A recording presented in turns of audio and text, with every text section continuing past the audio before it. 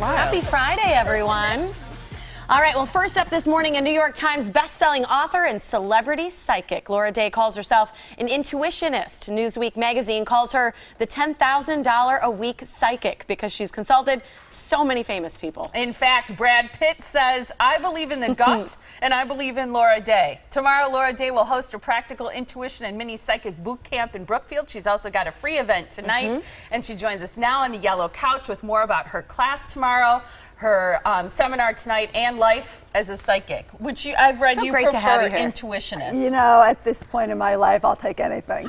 But if I say, are you a psychic, you would say? Yes. Yeah. Okay. Yes. I mean, the way I make my living is I predict the future, so I guess you call that a psychic. Yeah. And I teach other people to do it. At what age did you know that you had a special ability?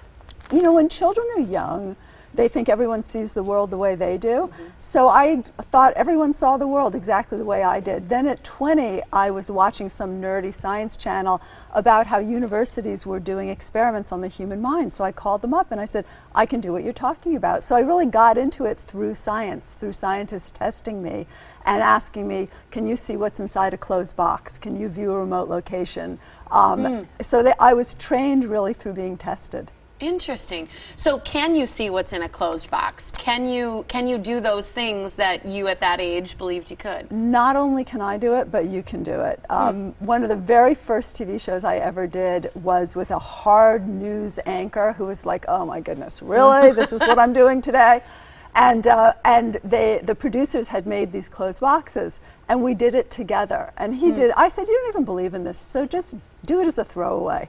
He did it better than I did it. Really? And that's really my message, is that everybody can get valuable information for everyone else. So the person sitting next to you, who you may not bother saying hello to, may have your answers. So it's really learning the methodology of how to do that.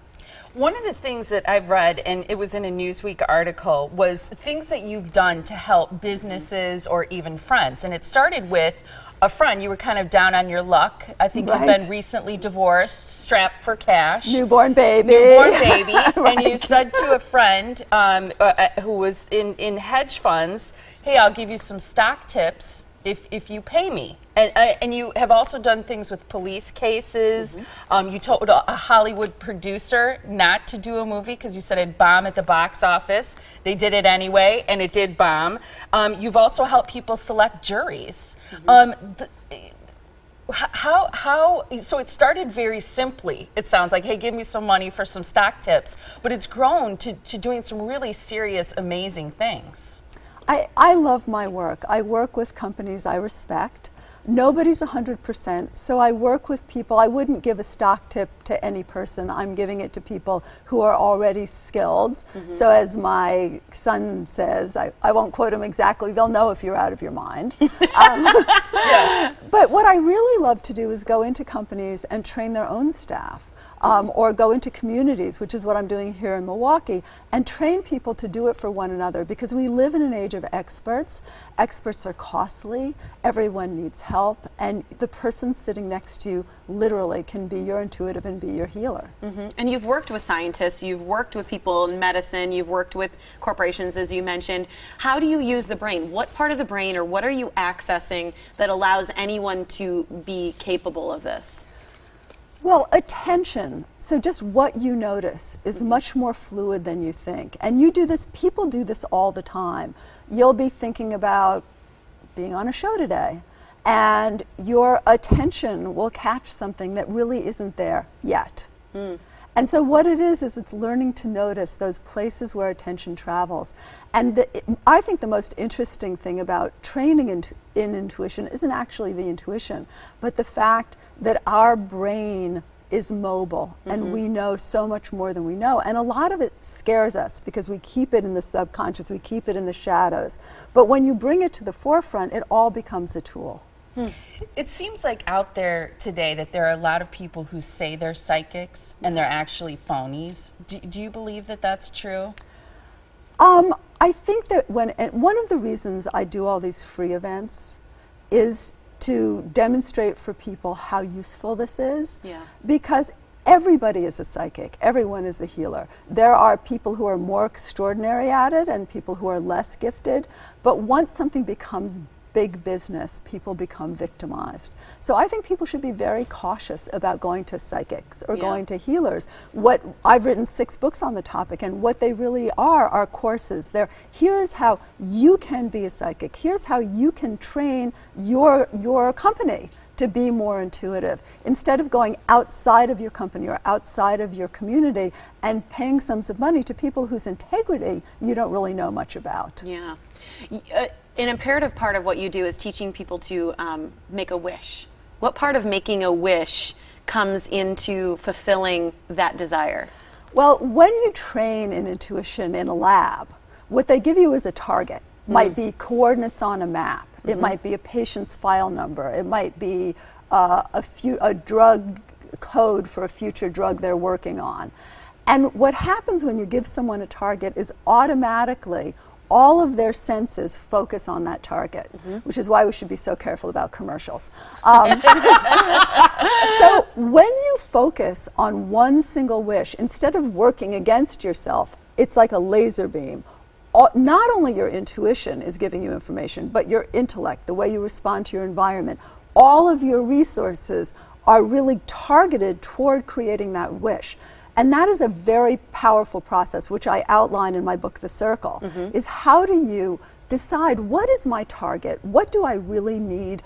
Not just need, what do I want to work on right now? And then how do I create that in the world? And what's really interesting is I ask people to write down their targets, because the mind is a messy place.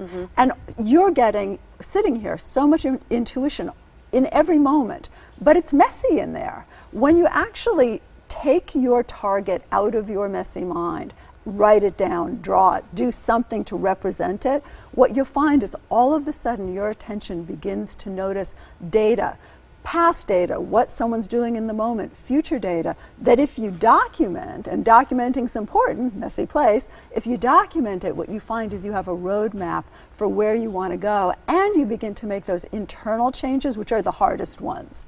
You know, those internal changes to get it, because you will never meet a monster in the world as big as the monsters you create inside of yourself. Is this similar to a vision board? A lot of people are familiar with that term of creating different things, cutting out pictures, writing little sayings, and looking at it every day and putting your attention there. Is that what you would say your conscious creation is similar to? I think, no, a vision board is certainly part of it. There's a part called a reality tale in The Circle, where you do integrate the pieces of your life and you do integrate the affirmations.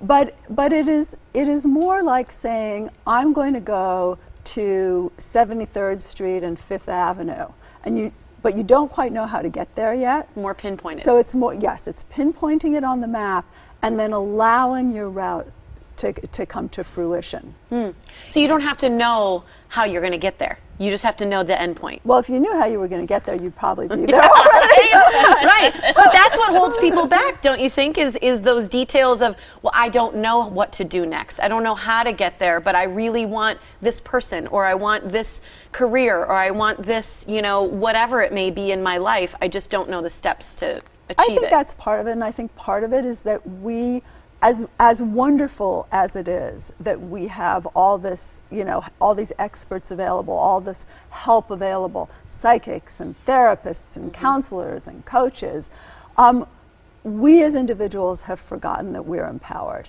And so I love the serenity prayer, but I always change the words. God grant me, what is it? God grant me the serenity to accept what I cannot change right now. However, I might be able to change it tomorrow. So let me I think positive thinking is very dangerous, because if a bullet's coming at you, it is going to hit you unless you do something different. Negative thinking also, if you're seeing obstacles, you walk into obstacles. But to say, okay, this is the reality right now. And even if I don't feel empowered, I'm going to pretend that I am empowered to change it, because I'm the only one who's going to. And if you do that, you'll find that actually you are powerful. And that's so important. People are powerful. And one reason I'm going around the country and getting people together in communities and saying, okay, we're going to do a healing. You're here because I'm going to be doing it for you, but actually I'm here because you're going to be doing it for me and for each other. That's really Love cool. that. Yeah, I like that too. All right, so here are the events where people can meet you, also pick up a copy of your book and find out a whole lot more. So tonight, a free event, 6:30 to 8 o'clock at Unity Church, which is located on North 73rd Street in Wauwatosa. Again, it's free. Then tomorrow, there's a mini boot camp starting at 2 p.m. at the Barnes & Noble in Brookfield. You can find out more about Practical Intuition and the other books that Laura has written by going to her website. It's laura-day.com. Pleasure to meet you. Thank you so much. We Thank you. appreciate it.